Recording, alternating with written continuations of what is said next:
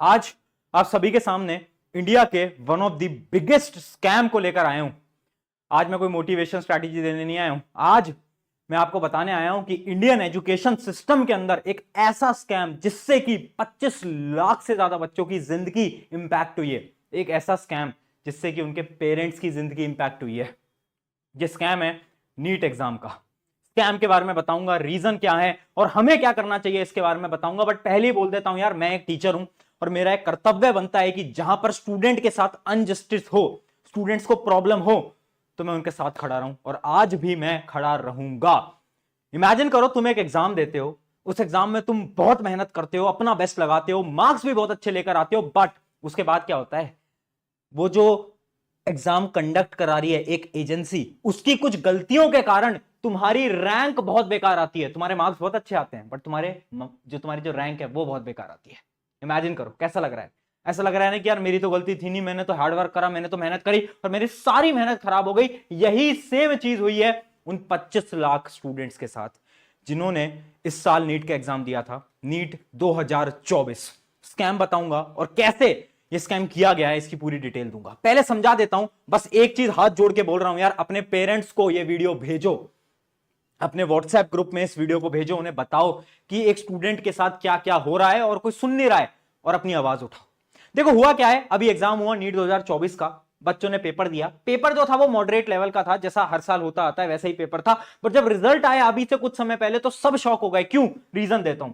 पहला रीजन उसका यह है कि पिछले साल नीट 2023 के अंदर 3 बच्चों के फुल मार्क्स आए थे, 720 आउट ऑफ 720 आए थे। ठीक है, 3 बच्चों ने 720 आउट ऑफ 720 लाया, वो ठीक था। इस साल क्या हुआ, अचानक से ये नंबर 3 से बढ़ के 67 हो गया। मतलब 67 स्टूडेंट्स के फुल एग्जाम आए।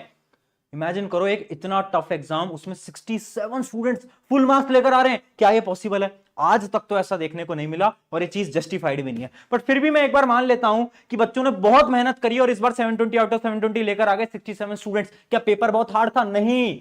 या पेपर बहुत आसान था? नहीं। पेपर मॉडरेट था, पेपर वैसा ही था जैसा हर साल आता था।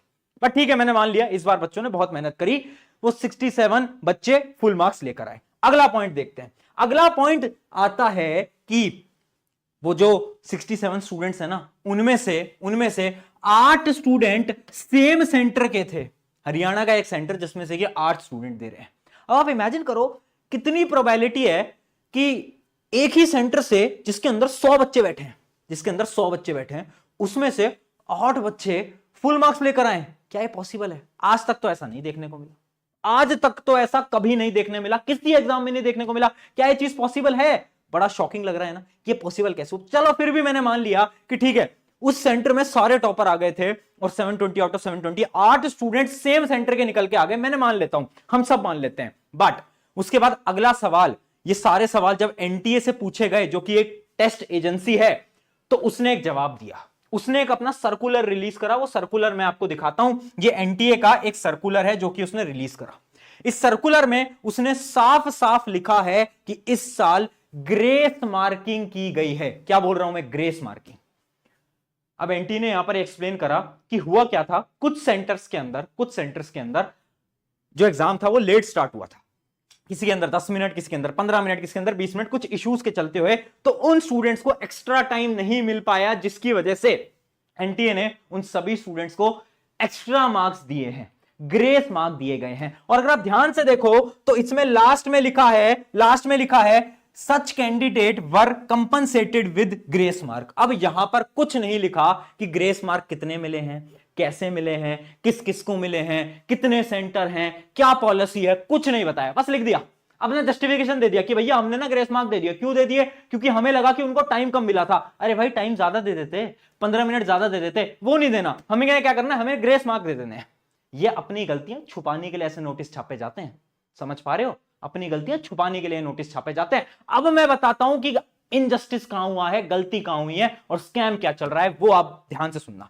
बहुत सारे लोग बोल रहे हैं कि ये जो सेंटर था, इस सेंटर के अंदर चीटिंग की गई है ना, पेपर लीक हो गया।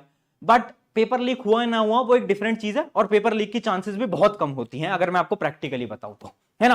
पेपर लीक होता तो ज्यादा से ज्यादा 100 बच्चों पे पहुंचता, 500 पे पहुंचता, 1000 पे पहुंचता, बट उससे इतना ज्यादा इंपैक्ट नहीं आया। इंपैक्ट देखो हुआ क्या है, इंपैक्ट ये हुआ है कि 650 मार्क्स 650 नंबर जिसपे कि एम्स आराम से मिलता है। आप किसी भी साल का डाटा उठा लो, 650 नंबर जिसके आ गए एम्स पक्का था। इस साल 650 नंबर पे रैंक आई है 30,000 रैंक आई है। क्या एम्स मिलेगा? नहीं मिलेगा, नहीं मिलेगा। तो गेम क्या हुआ है? क्या पेपर लीक हुआ है क्या? नहीं बेटा, पेपर लीक नहीं हुआ है। हो भी सकता है, शायद कुछ कुछ जगहों पे हो गया हो, उसकी हम गारंटी नहीं ले सकते, बट जो ब्लंडर हुआ है एनटीए की तरफ से वो मैं आपको समझाता हूं। देखो, बहुत सारे सेंटर्स हैं जिसके अंदर पेपर लेट दिया गया, तो एनटीए ने क्या करा, रैंडमली उस सेंटर के जितने भी स्टूडेंट्स थे उनके मार्क्स इंक्रीज कर दिए। अब जितना हमने एनटीए के ऑफिशियल से बात करी है, देखो डाटा ऐसे हम एक्यूरेटली नहीं बता सकते जब तक एनटीए कोई नोटिस ना निकाले। जितने हमने स्टूडेंट से बात करी है और एनटीए के ऑफिशियल से बात करी है, हमें पता चला है ब्लंडर क्या हुआ है कि इमेजिन करो एक स्टूडेंट है एक्स, वो एक्स सेंटर के अंदर बैठा है, इस सेंटर के अंदर 10 मिनट लेट पेपर दिया गया। अब एनटीए ने क्या करा, हर 1 मिनट के 4 नंबर एक्स्ट्रा दे दिए। मतलब जितने भी बच्चे एक्स सेंटर में हैं उनके मार्क्स +40 होकर आएंगे। समझ पाए? +40 होकर आएंगे। ये हमारा एजप्शन है, जितनी हमारी बात हुई है, क्योंकि मेरी एक स्टूडेंट से बात हुई, उस स्टूडेंट ने साफ बोला, भैया जब मैंने अपने मार्क्स को कैलकुलेट करा तो मेरे मार्क्स बन रहे थे 620 कुछ मार्क्स बता रहा था वो बच्चा, एग्जैक्टली मुझे याद नहीं, बट उसके जो मार्क्स आए वो 40 नंबर इंक्रीज होकर आए। कुछ बच्चों के 50 नंबर इंक्रीज होकर आए, कुछ बच्चों के 60 नंबर इंक्रीज होकर आए। कैसे हुआ ये इसलिए हुआ क्योंकि एनटीए ने क्या करा, एक ग्रेस मार्किंग कर दी कि रैंडमली जिस जिस सेंटर में टाइम बच्चों को लेट दिया गया है, कम दिया गया है, तो उसमें 50-60 नंबर इंक्रीज कर दो। अब देखो प्रॉब्लम क्या है, प्रॉब्लम यह है, दो बच्चों का एग्जांपल लो, एक बच्चा जो कि पूरी मेहनत करता है, पूरे एफर्ट लगाता है और वो मार्क्स लाता है अपने 650, ठीक है, एक अच्छा स्कोर है, एम्स मिलना चाहिए। वहीं पर ही एक दूसरा बच्चा है जो कि कम मेहनत करता है और उसका स्कोर आता है 600, बट क्योंकि वो एक ऐसे सेंटर के अंदर था जिसमें हर एक बच्चे के 60-60 नंबर इंक्रीज कर दिए गए, तो उसका फाइनल स्कोर बनता है 660। अब मुझे बताओ क्या ये चीज जस्टिफाइड है कि 650 नंबर इस बच्चे ने मेहनत करके लाए और इस बच्चे के 600 से 660 आ गए? क्या चीज जस्टिफाइड है? बताओ मुझे।